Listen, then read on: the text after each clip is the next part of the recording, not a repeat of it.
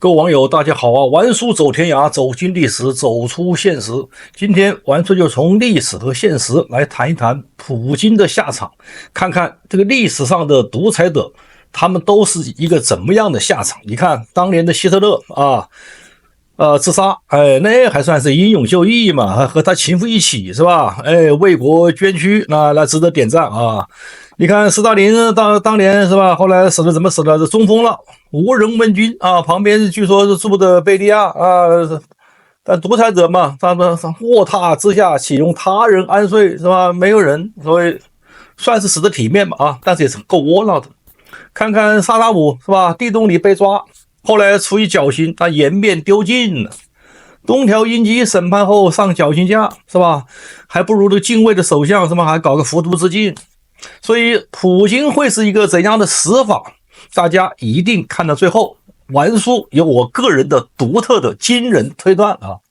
首先我們先來分析一下一場持續了這個5年左右的耗盡兩國上百萬生命的戰爭，正走到一個微妙的十字路口。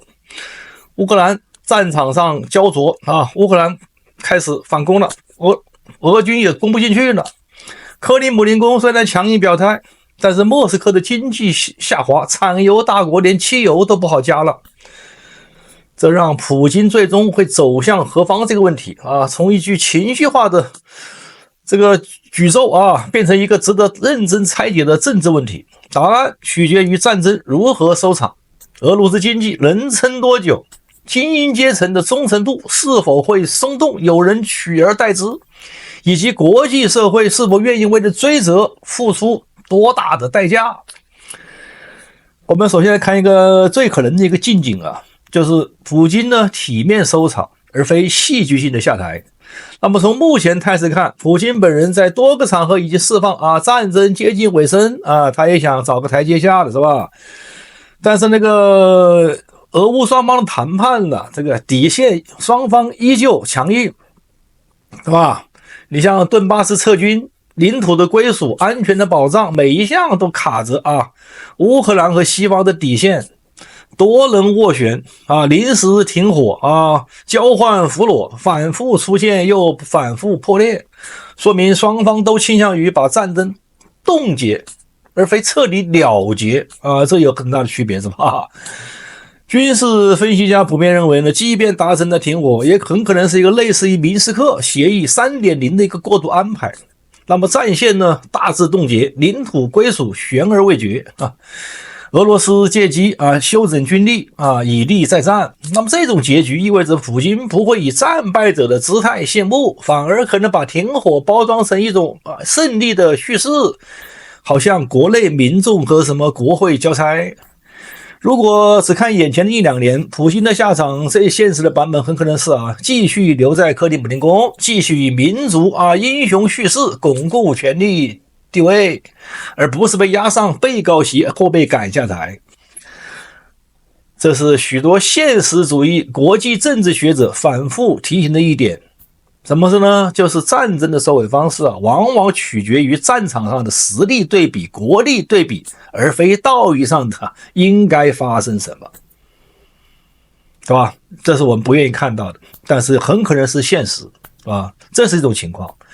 還有一個情況就是內部的裂痕逐漸加深它的經濟俄國經濟輿論的慢慢的這個消耗留任普京留任不等於從容留任俄羅斯的今年的这個勝利日的閱兵規模創下了近20年的新低，它的重型裝備方陣全面取消，到場的外國元首寥寥無幾，這本身就是一種信號，戰時體制的光鮮表象正在褪色。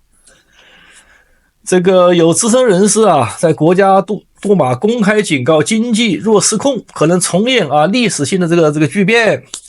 這種表態出現在體制內部，比外部評論更值得留意。戰時經濟靠軍工擴張和高薪短暫式的制造的繁榮假象，但進入2026年 GDP 收縮，地方的財政赤字擴大，工業生產連續下滑等結構性問題開始顯現，民眾的關注點也從這個前線戰報轉向了物價每天要生活是吧？這個軍事管制、生活成本這些貼身的這個議題，誰不關心呢？那麼這類慢性的消耗很少直接導致權力的更迭，但是卻會持續的腐蝕執政合法性的地基。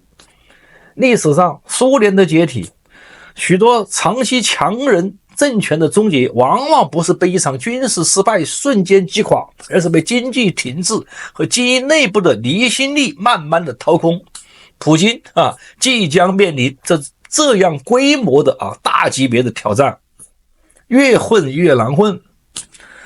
我們再看看外交上從外交法律上它的下場呢，它會孤立而非審判。一般來說因為國際刑事法院自2023年對普京發出逮捕令以來從未真正的限制住他的行動自由。他繞開這個締約國空域出訪盟國等國也拒絕執行逮捕令海牙的追責在現實政治面前幾乎淪為象徵性動作。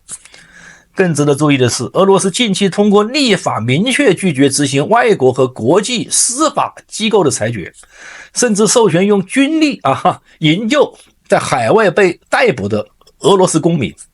這等於是把法律對抗升級為國家意志的公開宣示。那麼可以預見，短期內普京被捕押上海牙法庭的可能性微乎其微。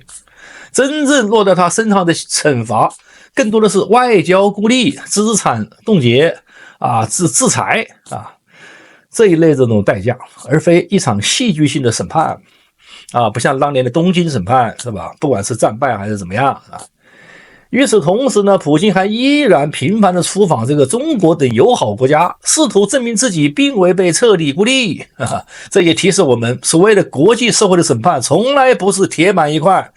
只要還有大國願意維持正常的外交關係，普京就能在制裁與孤立之外找到喘息與背書的空間。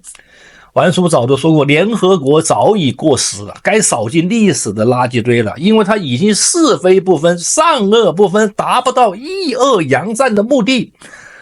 聯合國反而是混淆視聽、助紂為虐的一個平台，早點取消，是吧？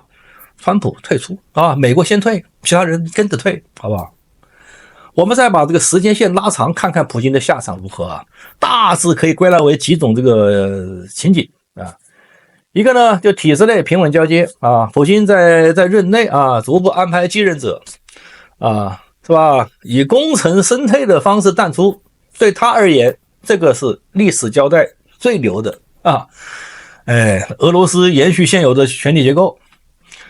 但是有人認為呢，克里姆林宮的精英體系高度依賴普京個人權威，短期內沒有人能夠有能力意願挑戰他，他也不讓你挑戰他，這是可悲的，是吧？所以這種權力過渡呢，可能性沒有第二個呢，經濟崩潰的倒逼內部政變或者權力洗牌。如果像這個制裁戰爭消耗持續疊加，加上這個財政和社會危機的臨界點，可能引發精英階層內部的這個止損行為。這種情景歷史上並非孤立，但需要極端的經濟惡化作為觸發條件，是吧？那麼我們還得往下看它惡化到什麼程度，看這一輪這個歐洲的制裁這個是包括這個軍事上的封鎖，是吧？你看到了哪一步？再一個呢，就看那個戰爭的凍結。假如雙方簽訂協議了帶着這個普京帶着這個未盡的勝利終老於任上這也是可能的。那麼戰爭降級為低烈度消耗，普京繼續執政自健康或年齡因素自然退場，而非權力推翻。那麼這意味着侵略行為在事實上未受到任何的實質性懲罰，只是被時間稀釋。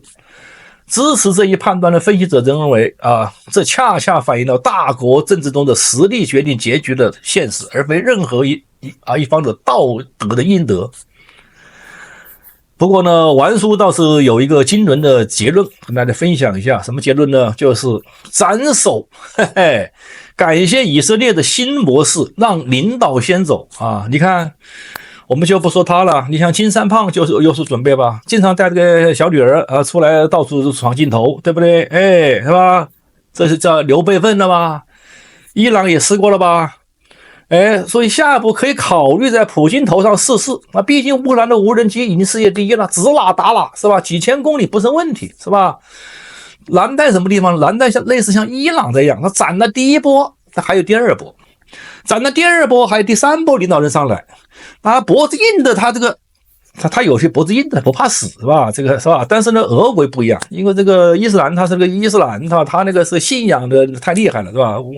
東正教還沒這樣。我們就看看最近克里姆林宮的安保事態啊。自2026年3月起，有報道稱克里姆林宮和普京本人對敏感信息的洩露啊，以及針對總統的正面或者暗殺陰謀表現出極端的關切。為此呢，負責高層官員安保的俄羅斯聯邦保衛局 FSO 啊，大幅縮緊了安保措施。他根據這個歐盟的情報機構評估，普京特別擔心俄羅斯政治精英啊，可能利用無人機發動暗殺，是吧？為了應對這些風險啊 ，FSO 已大幅減少普京定期訪問的地點，包括他本人以及家人已不再前往莫斯科地區和他在瓦尔代这個常規住所。還有報道指出，普京甚至可能在地下掩體經常一工作幾周啊不見面，見不到太陽，為了規避風險，那沒辦法，那否則那個烏克蘭的無人機那一下子在定位啦炸過來不得了，還有美國的川地炸彈那也炸起來那是吧？所以呢，這個伊朗的前車之鑑呢就像一把利劍高懸，所以這個普京估計每天也是這不一定好睡覺，對吧？天天琢磨着被暗殺。所以完叔結論是什麼？善有善報，惡有惡報，不是不報，時候未到。完叔特別希望看到他哪一天被突然斬首，正義終得到伸張的那一天。完叔希望看到。各位網友，不知您的看法如何？希望和完叔互動，打在屏幕下方。謝謝大家。讓你能夠聽到我的心，什麼時候也能把我想起。